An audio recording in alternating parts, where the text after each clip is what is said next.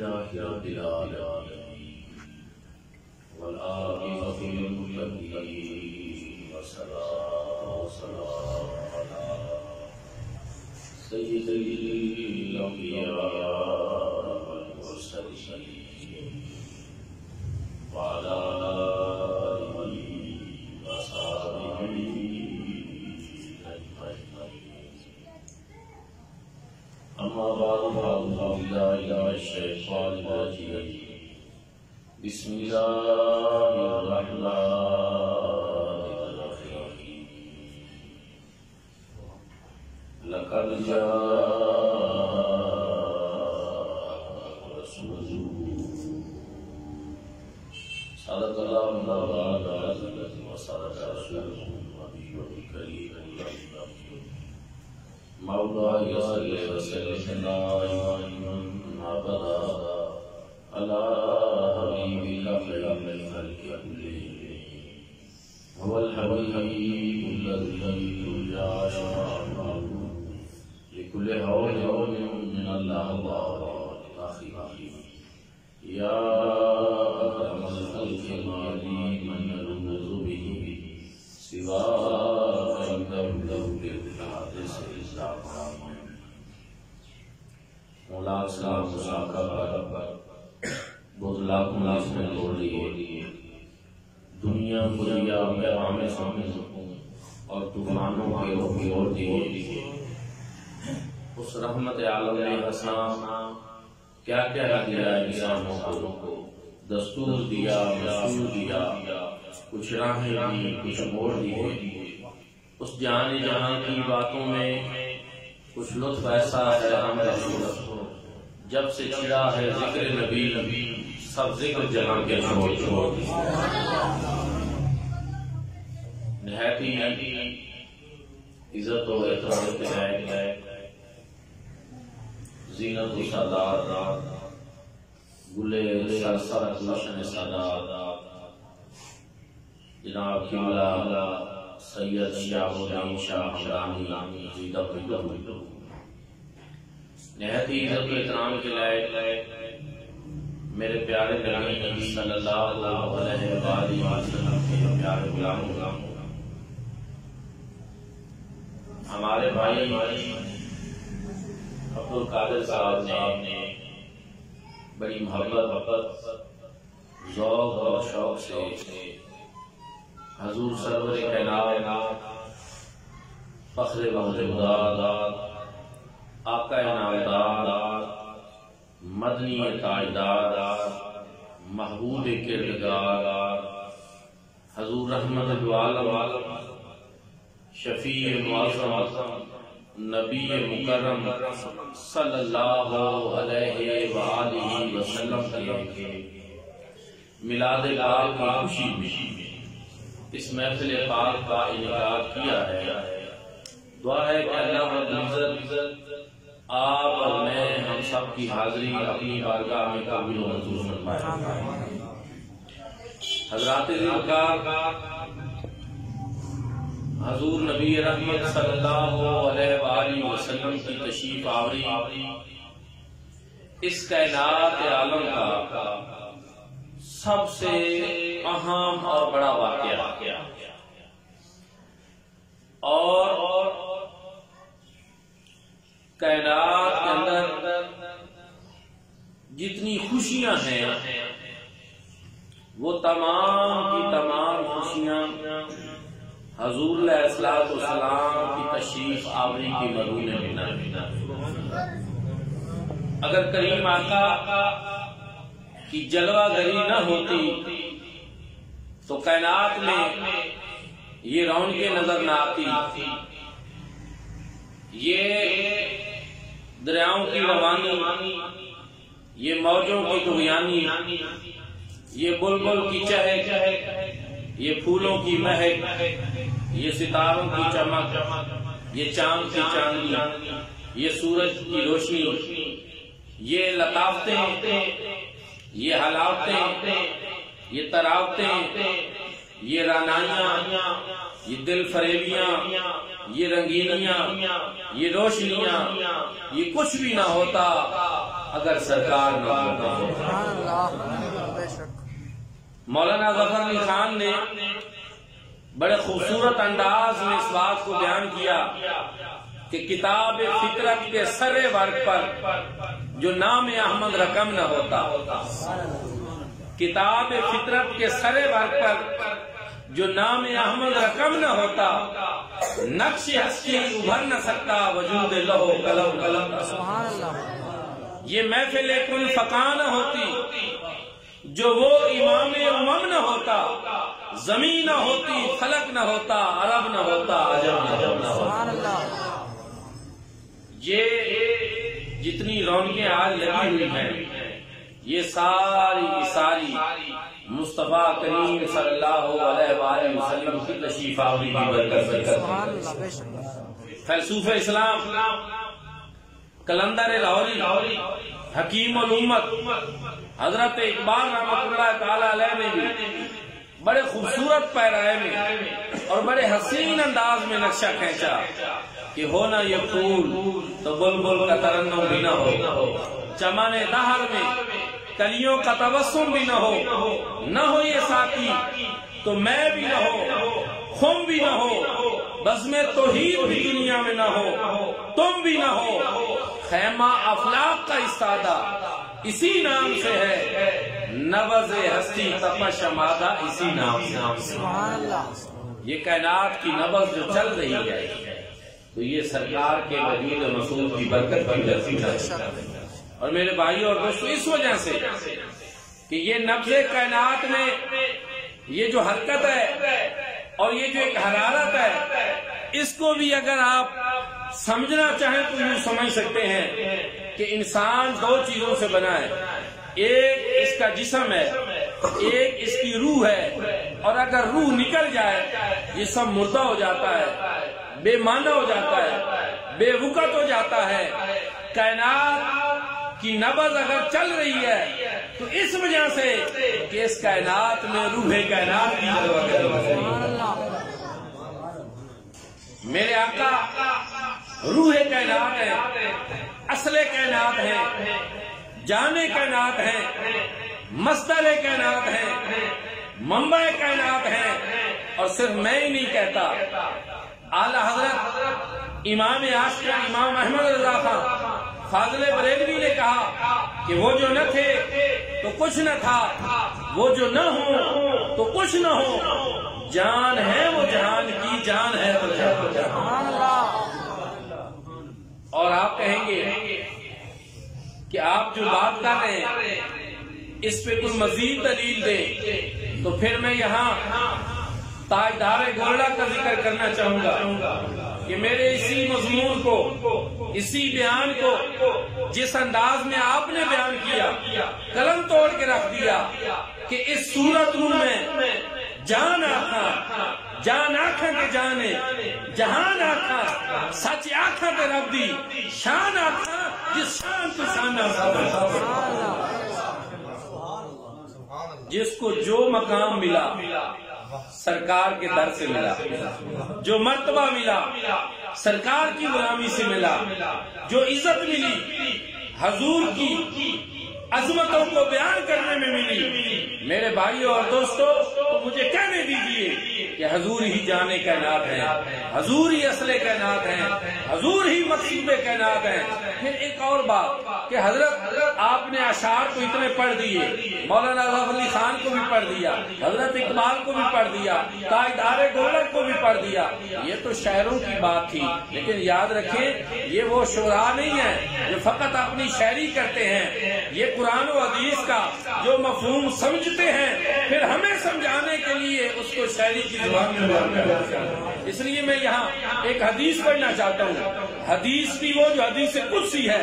رب تعالیٰ نے اعلان فرمایا، لولا کلمہ خلقت الدنیا والافلاق، حبیب اگر میں تمہیں پیدا نہ کرتا تو نہ میں زمین پیدا کرتا نہ آسمان پیدا کرتا۔ ایک اور حدیث قدسی میں ہے، رب تعالیٰ نے شاہد میں لولا کلمہ اظہرت الربوبیہ، حبیب اگر میں تجھے پیدا نہ کرتا میں تو اپنا رب ہونا بھی ضروری۔ مولانا ظفر علی خان نے پھر اس حدیث لولا کلمہ کے بیان کو اس انداز میں بیان کیا کہ گر ارض و سما کی محفل میں لولا کالا ماں کا شور نہ ہو، یہ رنگ نہ ہو نظاروں میں، یہ نور نہ ہو۔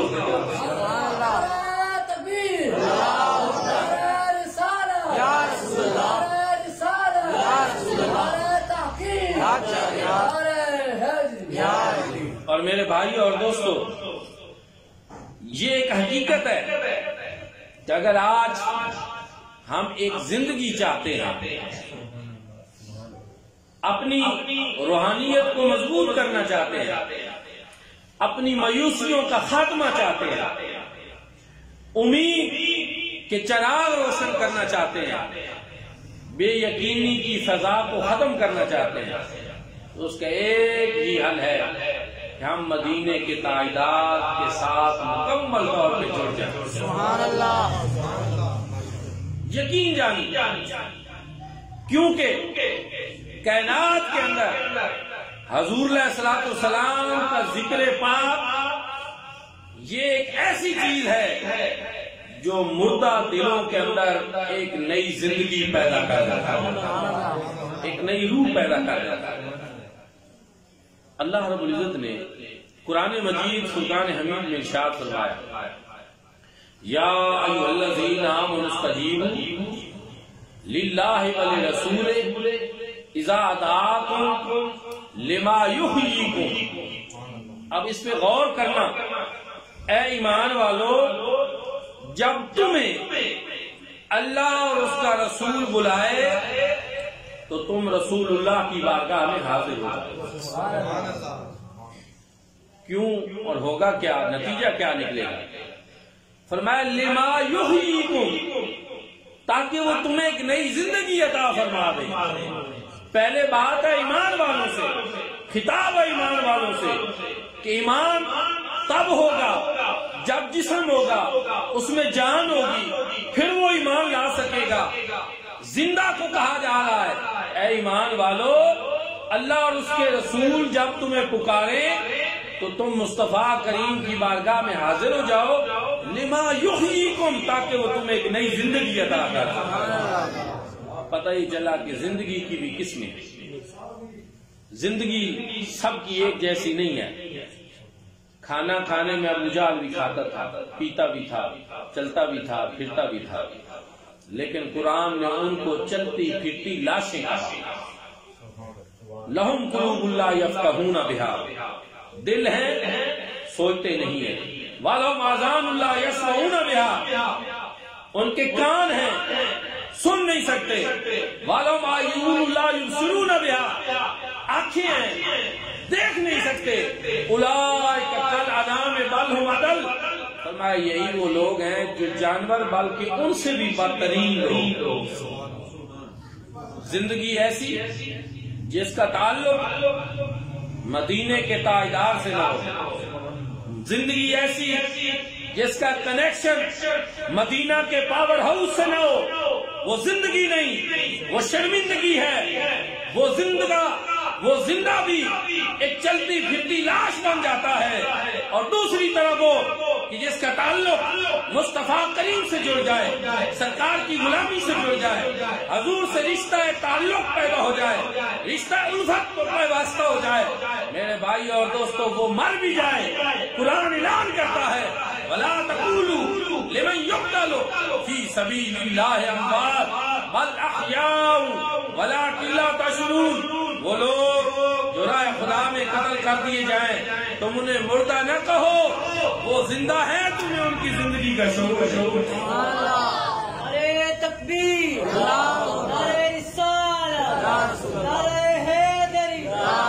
تو مجھے کہنے دیجیے، موت مصطفیٰ کریم سے غداری کا نام ہے، اور زندگی مصطفیٰ کریم سے وفاداری کا نام ہے۔ جو حضور کا وفادار ہو جائے وہ مر کر بھی نہیں مرتا، وہ حیات ابدی پا جاتا ہے، وہ زندہ ہو جاتا ہے۔ اور جو میرے آقا کا غدار ہو جائے وہ زندہ بھی ہو تو مردہ ہو جائے۔ اس لیے زندگی اگر آپ چاہتے ہیں، دلوں میں تازگی آپ چاہتے ہیں، مایوسیوں کا خاتمہ چاہتے ہیں، تو تو یہ سب کچھ سرکار کے ذکر سے ملتے ہیں۔ کیوں؟ اس لیے کہ ذکر میں اتنی طاقت ہے کہ جناب آدم کی توبہ بھی قبول ہوئی تو مصطفیٰ کریم کے نام کی برکت سے جناب ابراہیم پر نار گزار ہوئی تو حضور کے نور مسعود کے جناب ابراہیم کے پشت میں ہونے کی برکت سے جناب ابراہیم اسماعیل چھری سے بچے تو مصطفیٰ کریم کے نور مبارک کے ان کے پشت میں ہونے کی برکت سے جناب نوح کی کشتی پار لگی تو اسی نام کی برکت سے جناب موسیٰ دریائے نیل سے پار گزر گئے تو اسی نام کی برکت سے جناب عیسیٰ کو مسیحائی ملی تو اسی نام کی برکت سے ایک نام ہے جو میرا کوئی کام بگڑنے نہیں دیتا، جو بگڑا بھی تو بناتا ہے نام محمد۔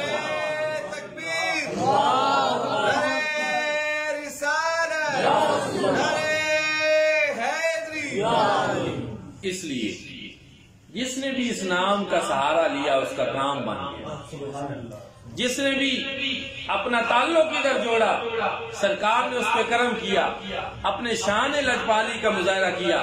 آپ دیکھتے نہیں، آپ تعلقات بناتے ہیں، جی یہ میرا بڑا اچھا دوست ہے، جی میرا تعلق والا ہے، یہ میرا عزیز ہے، یہ میرا رشتہ دار ہے، اور ان دوستوں کے تعلق کو نبھانے کی خاطر ہم کیا کچھ نہیں کرتے۔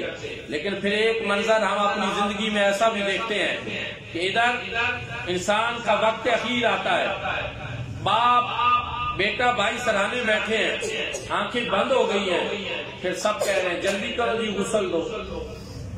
اور میں آپ کو ایک ایسی حقیقت کی طرف متوجہ کرنا چاہتا ہوں کہ میں نے زندگی میں اتنی جلدی باقی معاملات میں نہیں دیکھی جتنا مرنے کے بعد کسی کو دفنانے میں لوگ کرتے ہیں۔ حدیث پاک تو ہے کہ نیک روح ہے تو جلدی اس کو اس کے مقام پر پہنچاؤ، اور اگر کوئی عذاب کا مستحق ہے تو وہ بھی اپنے ٹھکانے پہ جلدی پہنچے، وہ ایک الگ بات ہے۔ لیکن یہاں دیکھیں آپ، شادیوں پہ ہمیں بلایا جاتا ہے، 1 بجے کا ٹائم ہوتا ہے، 3 بجے کھانا شروع ہوتا ہے، لوگ بیٹھے رہتے ہیں، کوئی نہیں بولتا۔ لیکن ادھر جب باری آتی ہے فوری جی جلدی کرو جی جنازے کو دیر ہو رہی ہے۔ مولانا صاحب اگر جنازے کی تقریر میں 1 منٹ اوپر چلے جائیں سارے اپنی گھڑیوں کو دیکھ رہے ہوتے ہیں کہ جلدی کریں جی، کوئی یہ نہیں کہتا کہ چلو اس بہانے 2 منٹ میرا دوست ہے میرے پاس رہے گا، میرا بھائی ہے، میرا عزیز ہے، میرا رشتہ دار ہے۔ پھر جنازہ پڑا، شہر خاموشوں کی طرف لے کر چل دیے، اور وہاں اندھیری کوٹڑی میں تاریک قبر میں وہاں دفنایا جا رہا ہے۔ روشنی کا انتظام نہیں کیا جا رہا، کوئی بلب نہیں روشن کیا جا رہا، نیچے کوئی گدا نہیں بچھایا جا رہا، بس غسل دیا، کفن دیا، جنازہ پڑا، تجہیز و تکفین ہو گئی، مٹی اوپر ڈالی۔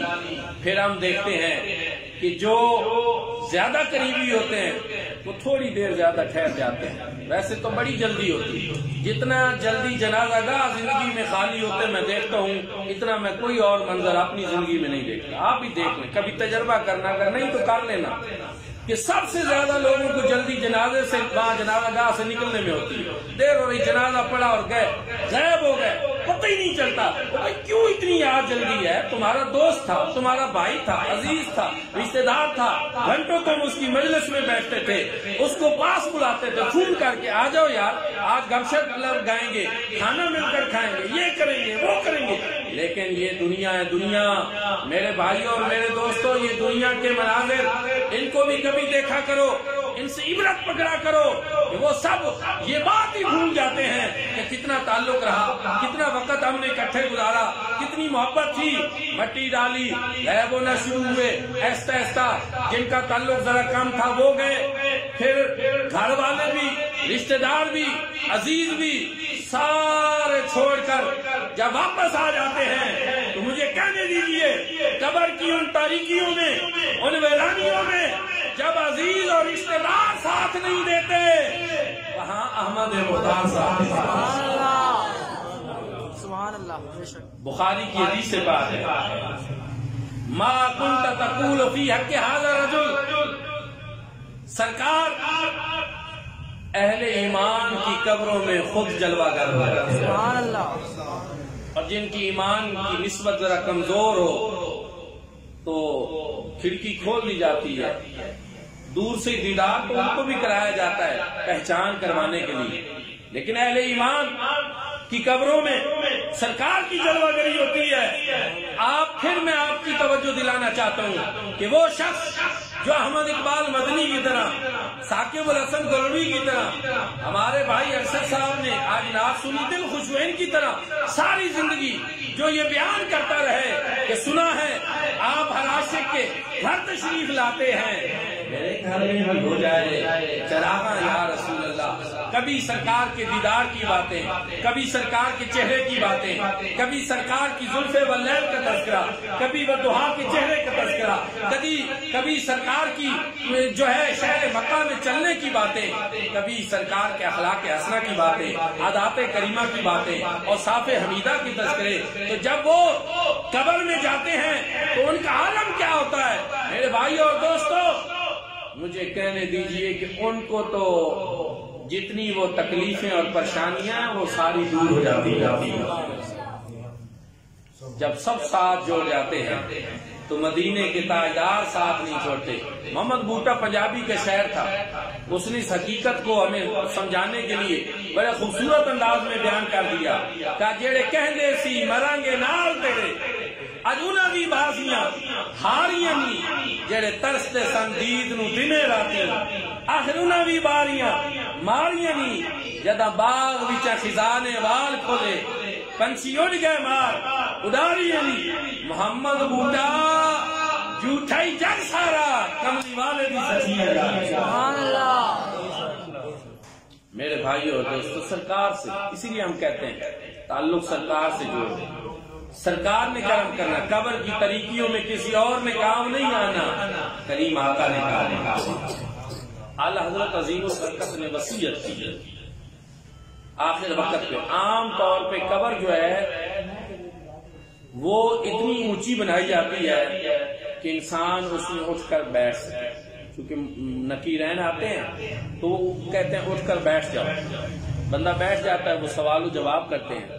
تو اعلی حضرت نے وصیت کی کہ میری قبر کو اتنا اونچا نہیں بنانا کہ میں صرف اٹھ کر بیٹھ سکوں، میری قبر کو، احمد رضا کی قبر کو اتنا اونچا بنانا کہ میں اٹھ کر کھڑا ہو سکوں۔ کیوں؟ اس لیے کہ میں نے حدیث میں پڑھا ہے کہ قبر میں سرکار نے آنا ہے، اور یہ نہ ہو کہ حضور تشریف لائیں اور میں کھڑا ہو کر استقبال نہ کروں۔ جب سرکار آئے تو میں کھڑا بھی ہوں، سرکار کا استقبال بھی کروں اور حضور کے قدموں سے بھی لپٹ جاؤں۔ اور جب میں سرکار کے قدموں سے لپٹ جاؤں تو یقیناً فرشتے مجھے قدموں سے ہٹانے کی کوشش کریں گے، تو پھر میں ان سے یوں کہوں کہ اب میں پائے ناز سے کیوں اٹھوں ہے فرشتوں، مر کے پہنچا ہوں اس دل ربا کے بعد۔ سبحان اللہ۔ ہم تو اسی انتظار میں تھے، ساری زندگی اسی طرف میں گزاری ہے کہ کبھی سرکار کے قدم چھونے کی بھی سعادت نصیب ہو جائے، کبھی قدمین مبارک کا بوسہ نصیب ہو جائے۔ آج سرکار آ گئے ہیں، سرکار کے قدم مبارک لگ رہے ہیں، حضور نے قدم رنجا فرما دیا ہے، قدوم محمد رضو فرما دیا ہے۔ اب مجھے روکو نہیں، اب میں پائے ناز سے کیوں اٹھوں ہے فرشتوں، مر کے پہنچا ہوں اس دل ربا کے بعد۔ سبحان اللہ۔ وہ ایک آسی شاعر تھا، وہ بھلا اس مقام پہ کیسے رہ سکتا تھا؟ اس نے کہا آج تو قبر میں بھی خوشی سے پھولے نہ سمائیں گے آسیا۔ قبر میں خوش ہونا بظاہر یہ بڑی عجیب بات ہے نا کہ ہر ایک کو قبر میں خوشیاں نصیب نہیں ہوتی، لیکن وہ کہہ رہا ہے آج تو قبر میں بھی خوشی سے پھولے نہ سمائیں گے آسی، ہے آج کی رات اس گل سے ملاقات کی۔ سبحان اللہ، سبحان اللہ۔ کبھی سوچنا، میں پتہ نہیں مجھے بیان کرنا چاہیے نہیں، کبھی کبھی میں رات کو کمرے میں اگر اندھیرے میں تنہا ہوتا ہوں، لائٹ آف ہوتی ہے، تو میں کبھی کبھی ضرور اس تصور میں بھی آتا ہوں کہ اچھا ہوگی تاریکی، لیکن جب سرکار آ جائیں گے یہ اجالے سبحان اللہ، بے شک یہ ہو نہیں سکتا نا کہ کہ حضور بھی ہو اندھیرا بھی ہو، یہ ہو نہیں سکتا۔ حضور نور ہیں، روشنی ہے، اجالا ہے، اور صرف نور نہیں ہے۔ رب نے اعلان کیا یا ایھا النبی انا ارسلناک شاہدا ومبشرا ونذیرا وداعیا الی اللہ باذنہ وسراجا منیرا۔ سبحان اللہ۔ حضور آپ تو چمکا دینے والے آفتاب ہیں۔ جب حضور آئیں گے تو قبر میں پھر تاریکیاں نہیں رہیں گی، پھر اداسیاں نہیں رہیں گی۔ اعلی حضرت عظیم البرکت نے یہ ایک درس دیا، کہا سنتے ہیں قبر میں تاریکیاں ہوں گی، اداسیاں ہوں گی، لیکن نہیں، وہ کسی اور کی ہوں گی۔ ہماری قبر میں ایسا نہیں ہوگا۔ کیوں؟ اس لیے کہ لحد میں، لحد کہتے ہیں قبر کو، لحد میں عشق رخ شاہ کا داغ لے کے چلے، اندھیری رات سے چراغ لے کے چلے۔ سبحان اللہ۔ رات کی تاریکی ہو نا تو آپ بھی کوئی ٹارچ ہاتھ میں لے لیتے ہیں۔ آج کل تو ہر موبائل میں ہے، جب ہم اندھیری گلی میں سے گزرنا چاہیں تو جی وہ ٹارچ نکال لیں، روشنی کریں جی، کہا ادھر بھی اندھیرا ہونا ہے، لیکن اس کے لیے وہاں جو ٹارچ ہے، وہاں جو روشنی ہے، وہاں جو بتی ہے، وہ کوئی اور نہیں، وہ عشق رسول کی ہے، عشق سرکار کی۔ ایک شمع جلا لو دل میں، بعد مرنے کے لحظے میں بھی سبحان اللہ۔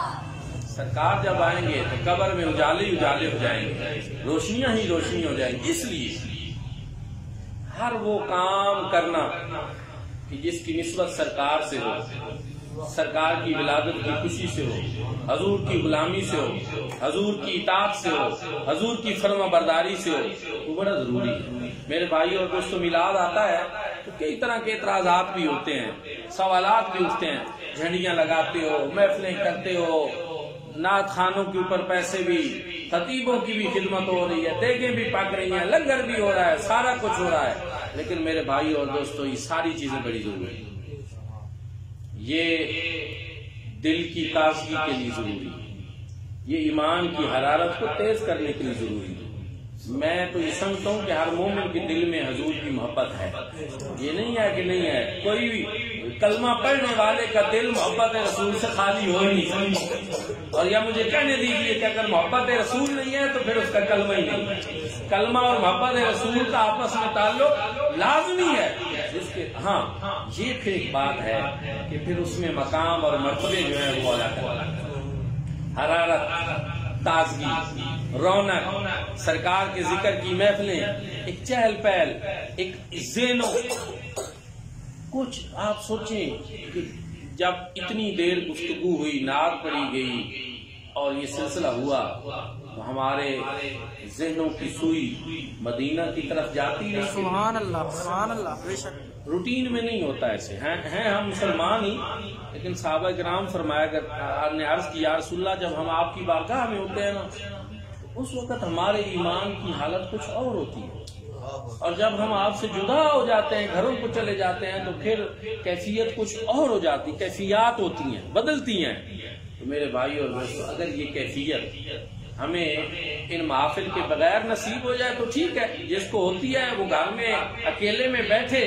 حضور علیہ السلام اس بات کے پابند نہیں ہے، سرکار کا کرم کہ اس کے لیے 1000 دیکھ پکے مولانا صاحب کتاب کریں، اور تب نہیں، وہ تو کسی غریب کی جھونپڑی پہ بھی کرم فرما دیں۔ سبحان اللہ، بے شک۔ لیکن بہرحال ماحول بنتا ہے، ماحول بنتا ہے، جو بات میں سمجھانے کی کوشش کر رہا ہوں، ایک ماحول بنتا ہے۔ آپ مجھے بات بتائیں کہ کیا قرآن پاک پڑھنا ثواب کا کام ہے؟ ذرا بولے ہے؟ اچھا، جس طرح آپ ماہ رمضان میں قرآن پڑھتے ہیں جس ذوق اور شوق سے، سال کے باقی 11 مہینوں میں بھی اسی طرح پڑھتے ہیں؟ بول دیں، سچائی ہے نا، اس طرح ہم نہیں پڑھتے۔ کیوں بھائی؟ قرآن ہوئی، ثواب ہوئی، رحمتیں اور برکتیں بھی ہیں، لیکن نہیں، کیونکہ نزول قرآن کا مہینہ رمضان ہے اور ایک ماحول بنتا ہے، پھر اس کی وجہ سے ہم پھر قرآن زیادہ پڑھتے ہیں، حافظ زیادہ دور کرتے ہیں، تراویح میں سنتے ہیں، یہ ساری چیزیں، یہ رحمتیں اور برکتیں نزول قرآن اور اس ماحول کی وجہ سے ہیں۔ تو مجھے کہنے دیجئے کہ سرکار کا ذکر بھی ہونا تو پورا سال چاہیے، لیکن جب ربیع الاول کا مہینہ آتا ہے تو پھر ہم اسی رمضان کی طرح پھر حضور کا چرچا زیادہ کرتے ہیں، حضور کا ذکر زیادہ کرتے ہیں۔ کیوں؟ اس لیے کہ رہے گا یوں ہی ان کا چرچا رہے گا، مٹ جائیں گے سرکار کا ذکر مٹانے والے. ورفعنا لک ذکرک کا ہے سایہ تجھ پر، ذکر اونچا ہے تیرا، بول ہے بالا تیرا. مٹ گئے، مٹتے ہیں، مٹ جائیں گے آدھا تیرے، نہ مٹا ہے نہ مٹے گا کبھی چرچا تیرا. میرے بھائی اس لیے ربیع الاول کے دن آ گئے، آپ سب کو چاہیے سفر المظفر کی جب 11ویں شریف ہمارے ادارے میں جو ہر ماہ ہوتی ہے، وہ پیچھے تھی پچھلے مہینے، تو میرے دل میں اللہ پاک نے ایک بات ڈالی کہ کیوں نہ اس سال استقبال ربیع الاول کے لیے ہم ایک درود و سلام کی اسپیشلی مہم سٹارٹ کریں. ماحول بنانا بات پہلے ہوئی، مسلمان ہیں درود شریف ہم پڑھتے رہتے ہیں، لیکن جب بات کی جائے سٹیج سے، کسی فورم سے، کسی طریقے سے، تو پھر وہ اس میں ذرا رونق دوبالا ہو جاتی ہے، ماحول بن جاتا ہے. میں نے وہاں کہا دوستوں کو کہ اس دفعہ ربیع الاول شریف کا استقبال ہم کیوں نہ اس طرح کریں کہ زیادہ سے زیادہ درود شریف پڑھیں، تصویریں جیبوں میں رکھیں، بچوں کی ڈیوٹی لگا دی، جب فارغ ہوں درود شریف پڑھیں. وہ ہم نے پڑھنا شروع کیا، سب لگے ہوئے پڑھیں، اور میں نے کہا یہ درود شریف جمع ہم کریں گے 12 ربیع الاول کے دن، جب جامعہ مدینہ النبی صلی اللہ علیہ وآلہ وسلم کے اندر مرکزی محفل میلاد مصطفیٰ ہوگی اس وقت. اور مجھے یقین ہے کہ یہ درود پاک انشاءاللہ وہاں کروڑوں کی تعداد میں انشاءاللہ. میجر اظہر صاحب ہیں، ہمارے ایک دوست ہیں سرحال کے، ریٹائرڈ میجر، وہ اس محفل میں آئے. پھر انہوں نے مجھے ایک دن بتایا کہ 1,00,000 مرتبہ ماشاءاللہ میں نے پڑھ لیا. پرسوں مجھے انہوں نے صرف فون پہ بتایا ماشاءاللہ دوستوں کو بھی لگایا ہوا ہے، میری تعداد 2,00,000 پہ پہنچی. اچھا آپ کہیں گے کہ یہ کیا کھاتا ہے کہ پھر بتاتے ہیں، پھر گنتیاں ہو رہی ہیں. باقی جتنی باتیں ہیں ان میں ریاکاری کا خدشہ ہوتا ہے، ثواب ضائع ہو جاتا ہے. درود پاک ایسی عبادت ہے کہ اس میں ریاکاری کا تو کوئی خطرہ ہی نہیں. اس کو گن کر پڑھیں، دکھا کر پڑھیں، چھپا کر پڑھیں، یہ سرکار کی بارگاہ. لیکن میں یہ ساری باتیں صرف ماحول بنانے کے لیے کر رہا ہوں، یہ بتا رہا ہوں آپ کو کہ انشاءاللہ مجھے یقین ہے کہ وہ درود پاک جو ہے کروڑوں کی تعداد میں ہم انشاءاللہ وہاں جمع کریں گے. پڑھیں بچے، مختلف اسکولوں کالجوں میں بھی ہم نے یہ پیغام بھیجا پرنسپل صاحبان کو، پوری اس کی، اور آپ کو بھی آپ دعوت ابھی سے، جو دن گزر گئے وہ تو گزر گئے، لیکن اب اس کو موقع کو غنیمت جانی. ابھی جو 12 ربیع الاول سے پہلے دن باقی ہیں اس کو پڑھیں اور وہاں آپ تشریف لائیں. مجھے یقین ہے کہ جب وہ کروڑوں مرتبہ درود پاک کا تحفہ حضور کی بارگاہ میں ہم پیش کر کے دعا کریں گے، یقیناً اللہ پاک کو دعا قبول. حدیث پاک ہے، حضور علیہ السلام نے ارشاد فرمایا، ایک صحابی پہلے آئے، نماز پڑھی، جلدی سے نکلنے لگے، حضور نے فرمایا بات سن، یہ طریقہ نہیں ہے، نماز پڑھ، نماز کے بعد اللہ کی حمد و ثنا بیان کر، اس کے بعد میرے اوپر درود پڑھ، اور پھر جو چاہے تم رب سے مانگ لو، رب عطا. پھر ایک اور حدیث پاک، اگر میری اس دعوت کی وجہ سے جو میں نے بیان کیا، آپ میں سے ایک بندہ ایک مرتبہ درود پاک پہلے سے زیادہ اسپیشلی اس وجہ سے پڑھ لیتا ہے کہ یار وہ ایک فقیر بندہ آیا تھا، اس نے بات کی تھی، پڑھ لیتے ہیں، تو میں سمجھتا ہوں میری نجات کے لیے وہ کافی. حضور علیہ السلام نے ارشاد فرمایا کہ جو بندہ ایک مرتبہ درود پاک پڑھتا ہے، اللہ رب العزت اس کے اوپر 10 مرتبہ اپنی رحمت نازل کرتا ہے. ایک اور صحیح حدیث پاک ہے، جو بندہ ایک مرتبہ میرے اوپر درود پاک بھیجتا ہے، حضور نے فرمایا اللہ پاک اس کے اوپر 10 مرتبہ رحمت نازل فرماتا ہے، 10 گناہ معاف فرماتا ہے، اور 10 درجے بڑھاتا ہے. رحمت خداوندی 10 درجے تو بڑے دور کی بات ہے. رحمت خداوندی کی ایک بوند، ایک قطرہ. کبھی آپ سوچیں کائنات کے جتنے یہ سمندر ہے نا، رحمت خداوندی کی ایک بوند ان سے بڑھ کر اگر وہ نصیب میں بھی آئے. اس لیے مجھے یقین ہے کہ انشاءاللہ اجتماعی دعا جو ہوگی اس میں بڑی برکتیں ہوں گی. آپ سب کو دعوت ہے 12 ربیع الاول کے دن آپ وہاں آئیں، اور پھر اس کے بعد ہم جلوس میں بھی شامل ہوں گے. یہ نہیں ہے کہ وہاں سے جلوس نہیں ہوگا، جلوس بھی ہوگا، شامل بھی ہوں گے، لیکن آپ پہلے وہاں 8 بجے محفل شروع ہو جائے گی انشاءاللہ۔ آپ سب رات کو دعوت ہے، آپ وہاں تشریف لائیں گے کہ نہیں لائیں گے؟ انشاءاللہ۔ ہاتھ بے شک کھڑے نہ کریں، انشاءاللہ ضرور کہیں، کیونکہ وہ ہاتھ کھڑا کرنا ہوتا ہے کہ میں آؤں گا اپنی طرف سے، لیکن یہ جو انشاءاللہ ہے نا، یہ بندہ چھوڑتا ہے اللہ پاک کہ میرے رب نے چاہا تو میں آؤں گا، اور مجھے یقین ہے کہ سرکار کی محفل میں اللہ پاک تو چاہتے ہیں کہ میرے بندے وہاں جائیں، اس لیے آپ پورے ذوق اور شوق سے انشاءاللہ کے ساتھ یہ وعدہ کریں کہ انشاءاللہ ہم وہاں آئیں گے انشاءاللہ، اور انشاءاللہ ہم آپ کا استقبال کریں گے، اور عظیم الشان محفل ہوگی۔ جو ہمارے دوست سوشل میڈیا یوز کرتے ہیں ان کی خدمت میں میری یہ گزارش ہے تو ہماری اس محفل کی تشہیر فیس بک پہ کریں، واٹس ایپ پہ کریں، سوشل میڈیا پہ کریں، شیئر کریں، اس کو لائک کریں، اور اپنے دوستوں کو وہاں دعوت دیں۔ جامعہ مدینہ النبی کو 10 سال ہو گئے اور اس نے ایک انگڑائی لی ہے، ایک ماحول بنا ہے۔ اب الحمدللہ کل ہم جابے میں گئے، وہاں سے لے کر اچھالی تک، دادا گولڑا تک، چپڑیاں تک، اب اس وادی میں کوئی ایسی جگہ نہیں جہاں جامعہ مدینہ النبی کے خطباء موجود نہ ہو، طلباء موجود نہ ہو، محافل کی رونق میں اضافہ نہ ہو رہا ہو، اور یہ سب کچھ آپ دیکھ رہے ہیں۔ اور بالخصوص میں اس بات کو اللہ رب العزت کی بارگاہ میں ہدیہ تشکر کے طور پہ پیش کرتے ہوئے بیان کرنا چاہتا ہوں کہ نوجوان نسل کی رغبت بہت زیادہ جامعہ مدینہ النبی کی، کیونکہ روایتی مولوی پن سے لوگ اکتا گئے، پریشان ہیں، اور روایتی بہت سارے ہمارے جو سلسلے ہیں لوگ ان سے مایوس ہو رہے تھے۔ ایسے میں ایک امید کی کرن الحمدللہ یہ ادارہ بنا ہے اور ایک تبدیلی آئی ہے۔ آپ سب حضرات جو ہے، میں کبھی آپ کو پہلے بلایا، کبھی آپ سے کوئی چندہ مانگنے کی مہم کی ہے؟ نہیں کی، لیکن اس کے رسول کے فروغ میں آپ کو دعوت دے رہا ہوں، اور میں امید بھی کرتا ہوں کہ آپ انشاءاللہ اس مہم میں دعوت دین کو آگے بڑھانے میں، اس کے رسول کے فروغ میں، درود و سلام کے فروغ میں آپ میرا ساتھ دیں گے۔ اللہ رب العزت ہم سب کو عمل کی توفیق عطا فرمائے۔ آخر دعوانا